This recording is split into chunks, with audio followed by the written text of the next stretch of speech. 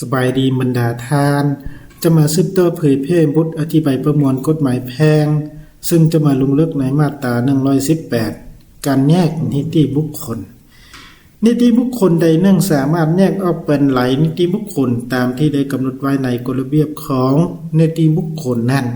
และตามการอนุญาตของภาคส่วนที่เกี่ยวข้อง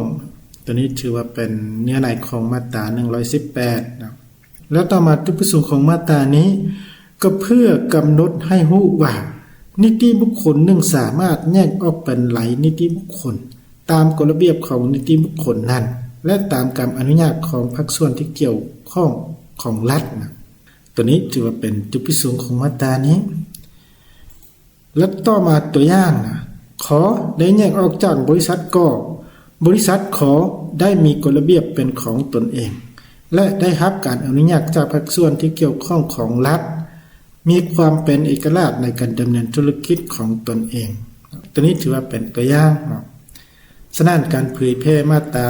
118มาครับนี้ก็ได้สิ้นสุดลงเพียงเท่านี้แล้วเข้าใจ